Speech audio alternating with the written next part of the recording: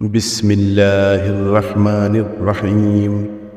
کسی زمانے میں بغداد میں جنید نامی ایک پہلوان رہا کرتا تھا۔ پورے بغداد میں اس پہلوان کے مقابلے کا کوئی نہ تھا۔ بڑے سے بڑا پہلوان بھی اس کے سامنے زیر تھا۔ کیا مجال کہ کوئی اس کے سامنے نظر ملا سکے۔ یہی وجہ تھی کہ شاہی دربار میں اس کو بڑی عزت کی نگاہ سے دیکھا جاتا تھا اور بادشاہ کی نظر میں اس کا خاص مقام تھا۔ ایک دن جنید پہلوان بادشاہ کے دربار میں اراکین سلطنت کے ہمراہ بیٹھا ہوا تھا کہ شاہی محل کے صدر دروازے پر کسی نے دستک دی۔ خدام نے آ کر بادشاہ کو بتایا کہ ایک کمزور ناتوان شخص دروازے پر کھڑا ہے جس کا پوشیدہ لباس ہے۔ کمزوری کا یہ عالم ہے کہ زمین پر کھڑا ہونا مشکل ہو رہا ہے۔ اس نے یہ پیغام بھیجا ہے کہ جنید کو میرا پیغام پہنچا دو کہ کشتی میں میرا چیلنج قبول کرے۔ بادشاہ نے حکم جاری کیا کہ اسے دربار میں پیش کرو۔ اجنبی ڈگمگاتے پیروں سے دربار میں حاضر ہوا۔ وزیر نے اجنبی سے پوچھا تم کیا چاہتے ہو؟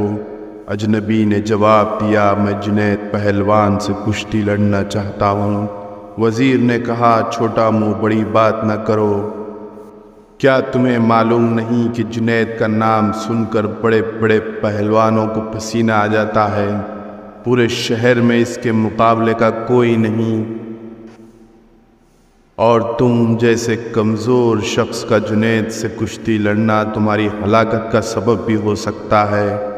اجنبی نے کہا کہ جنید پہلوان کی شہرت ہی مجھے کھینچ کر لائی ہے، اور میں آپ پر یہ ثابت کر کے دکھاؤں گا کہ جنید کو شکست دینا ممکن ہے۔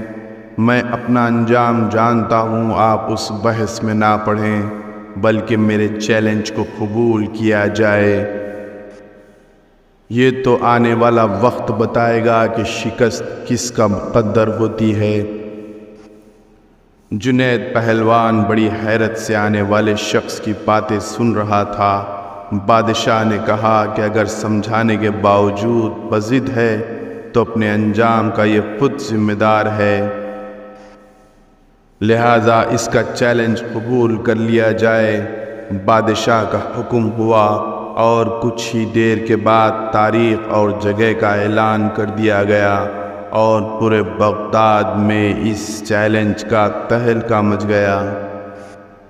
ہر شخص کی یہ خواہش تھی کہ اس مقابلے کو دیکھے۔ تاریخ جوں قریب آتی گئی لوگوں کا اشتیاق بڑھتا گیا۔ ان کا اشتیاق اس وجہ سے تھا کہ آج تک انہوں نے تنکے اور پہاڑ کا مقابلہ نہیں دیکھا تھا۔ دور دراز ملکوں سے بھی سیاح یہ مقابلہ دیکھنے کے لیے آنے لگے۔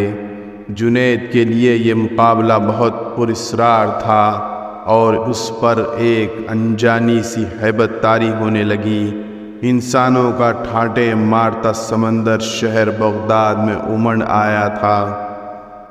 جنید پہلوان کی ملک گیر شہرت کسی تعارف کی محتاج نہ تھی۔ اپنے وقت کا مانا ہوا پہلوان آج ایک کمزور اور ناتوان انسان سے مقابلے کے لیے میدان میں اتر رہا ہے۔ اکھاڑے کے اطراف لاکھوں انسانوں کا ہجوم اس مقابلے کو دیکھنے آیا ہوا تھا۔ بادشاہ وقت اپنے سلطنت کے اراکین کے ہمراہ اپنی کرسیوں پر بیٹھ چکے تھے۔ جنید پہلوان بھی بادشاہ کے ہمراہ آ گیا تھا۔ سب لوگوں کی نگاہیں اس پراسرار شخص پر لگی ہوئی تھی جس نے جنید جیسے نامور پہلوان کو چیلنج دے کر پوری سلطنت میں تہلکہ مچا دیا تھا۔ مجموعے کو یقین نہیں آ رہا تھا کہ اجنبی مقابلے کے لیے آئے گا، پھر بھی لوگ شدت سے اس کا انتظار کرنے لگے۔ جنید پہلوان میدان میں اتر چکا تھا۔ اس کے حامی لمحہ بلمحہ نعرے لگا کر حوصلے بلند کر رہے تھے۔ اچانک وہ اجنبی لوگوں کی صفوں کو چیرتا ہوا اکھاڑے میں پہنچ گیا۔ ہر شخص اس کمزور اور ناتوان شخص کو دیکھ کر مہوئے حیرت پڑ گیا کہ جو شخص جنید کی ایک پھونک سے اڑ جائے اس سے مقابلہ کرنا دانشمندی نہیں، لیکن اس کے باوجود سارا مجموعہ دھڑکتے دل کے ساتھ اس کشتی کو دیکھنے لگا۔ کشتی کا آغاز ہوا، دونوں آمنے سامنے ہوئے، ہاتھوں میں ہاتھ ڈالے گئے، پنجہ آزمائی شروع ہوئی۔ اس سے پہلے کہ جنید کوئی داؤ لگا کر اجنبی کو زیر کرتے، اجنبی نے آہستہ سے جنید سے کہا، اے جنید، ذرا اپنے کان میرے قریب لاؤ، میں آپ سے کچھ کہنا چاہتا ہوں۔ اجنبی کی باتیں سن کر جنید قریب ہوا اور کہا، کیا کہنا چاہتے ہو؟ اجنبی بولا، اے جنید، میں کوئی پہلوان نہیں ہوں، زمانے کا ستایا ہوا ہوں، میں آل رسول صلی اللہ علیہ وسلم سے ہوں، سید گھرانے سے میرا تعلق ہے۔ میرا ایک چھوٹا سا کنبہ کئی ہفتوں سے فاقوں میں مبتلا جنگل میں پڑا ہوا ہے۔ چھوٹے چھوٹے بچے شدت بھوک سے بے جان ہو چکے ہیں۔ خاندانی غیرت کسی سے دست سوال کرنے نہیں دیتی۔ سید زادیوں کے جسم پر کپڑے پھٹے ہوئے ہیں، بڑی مشکل سے یہاں تک پہنچا ہوں۔ میں نے اس امید پر تمہیں کشتی کا چیلنج دیا ہے کہ تمہیں حضور اکرم صلی اللہ علیہ وسلم کے گھرانے سے عقیدت ہے۔ آج خاندان نبوت کی لاج رکھ لیجئے۔ میں وعدہ کرتا ہوں کہ آج اگر تم نے میری لاج رکھی تو کل میدان حشر میں اپنے نانا جان سے عرض کر کے فتح و کامرانی کا تاج تمہارے سر پر رکھواؤں گا۔ تمہاری ملک گیر شہرت اور اعزاز کی ایک قربانی خاندان نبوت کے سوکھے ہوئے چہروں کی شادابی کے لیے کافی ہوگی۔ اجنبی شخص کے یہ چند جملے جنید پہلوان کے جگر میں اتر گئے۔ اس کا دل گھائل اور آنکھیں اشک بار ہو گئیں۔ سید زادے کی اس پیشکش کو فوراً قبول کر لیا اور اپنی عالمگیری شہرت، عزت و عظمت آل رسول صلی اللہ علیہ وسلم پر قربان کرنے میں ایک لمحے کی بھی تاخیر نہ کی۔ فوراً فیصلہ کر لیا کہ اس سے بڑھ کر میری عزت و ناموس کا کون سا موقع ہو سکتا ہے کہ دنیا کی اس محدود عزت کو خاندان نبوت کی اڑتی ہوئی خاک پر قربان کر دوں۔ اگر سید گھرانے کی مرجھائی ہوئی کلیوں کی شادابی کے لیے میرے جسم کا خون کام آ سکتا ہے تو جسم کا ایک ایک قطرہ تمہاری خوشحالی کے لیے دینے کے لیے تیار ہوں۔ جنید فیصلہ دے چکا، اس کے جسم کی توانائی اب سلب ہو چکی تھی۔ اجنبی شخص سے پنجہ آزمائی کا ظاہری مظاہرہ شروع کر دیا۔ کشتی لڑنے کا انداز جاری تھا، پینترے بدلے جا رہے تھے کہ اچانک جنید نے ایک داؤ لگایا۔ پورا مجموعہ جنید کے حق میں نعرے لگاتا رہا۔ جوش و خروش بڑھتا گیا۔ جنید داؤ کے جوہر دکھاتا تو مجموعہ نعروں سے گونج اٹھا۔ دونوں باہم گتھم گتھا ہو گئے۔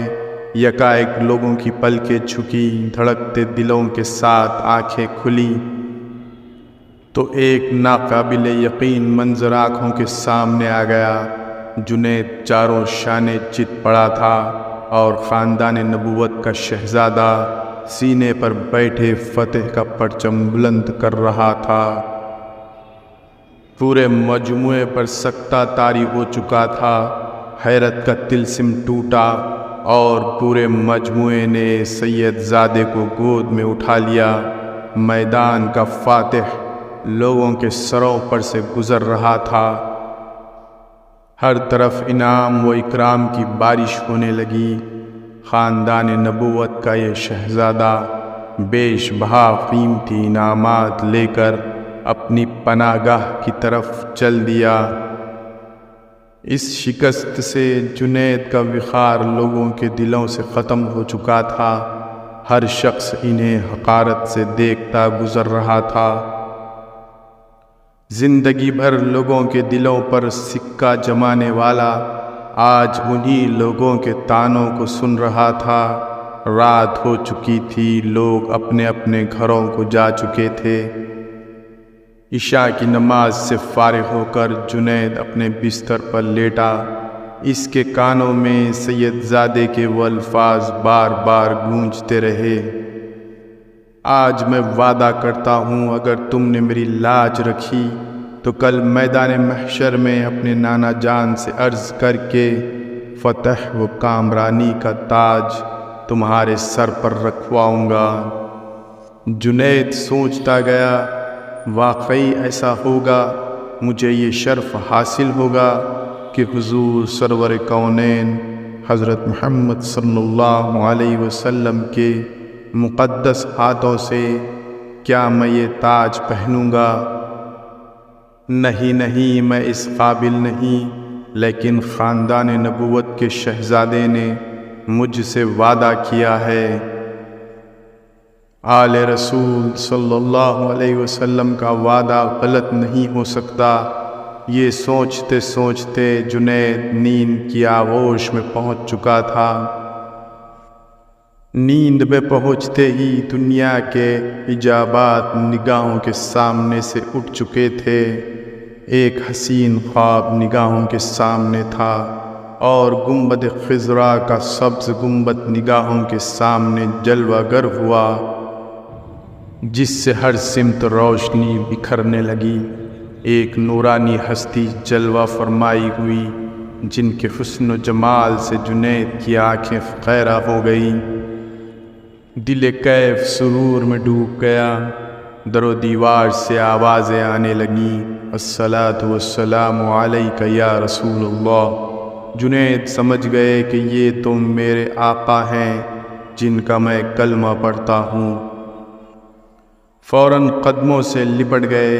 حضور اکرم صلی اللہ علیہ وسلم نے فرمایا، اے جنید اٹھو، قیامت سے پہلے اپنی قسمت کی سرفرازی کا نظارہ کرو۔ نبی زادوں کے ناموس کے لیے شکست کی ذلتوں کا انعام قیامت تک قرض رکھا نہیں جائے گا۔ سر اٹھاؤ، تمہارے لیے فتح و کرامت کی دستار لے کر آیا ہوں۔ آج سے تمہیں عرفان و تقرب کے سب سے اونچے مقام پر فائز کیا جاتا ہے۔ تمہیں اولیاء اکرام کی سروری کا اعزاز مبارک ہو۔ ان کلمات کے بعد حضور سرور کونین حضرت محمد مصطفیٰ صلی اللہ علیہ وسلم نے جنید پہلوان کو سینے سے لگایا اور اس موقع پر حضور صلی اللہ علیہ وسلم نے حالت خواب میں جنید کو کیا کچھ عطا کیا، اس کا اندازہ لگانا مشکل ہے۔ اتنا اندازہ ضرور لگایا جا سکتا ہے کہ جب جنید نیند سے بیدار ہوئے تو ساری کائنات چمکتے ہوئے آئینے کی طرح ان کی نگاہوں میں آ گئی تھی۔ ہر ایک کے دل جنید کے قدموں پر نثار ہو چکے تھے، اور بادشاہ وقت نے بھی اپنا قیمتی تاج سر سے اتار کر ان کے قدموں میں رکھ دیا تھا۔ بغداد کا یہ پہلوان آج سید الطائفہ سیدنا حضرت جنید بغدادی رحمۃ اللہ علیہ کے نام سے سارے عالم میں مشہور ہو چکا تھا۔ ساری کائنات کے دل ان کے لیے جھک گئے تھے۔ اسی طرح کی مزید اسلامی معلوماتی ویڈیوز دیکھنے کے لیے میرے چینل راہ اسلام کو سبسکرائب کریں اور اس ویڈیو کو دوسروں تک شیئر کریں۔ اللہ حافظ۔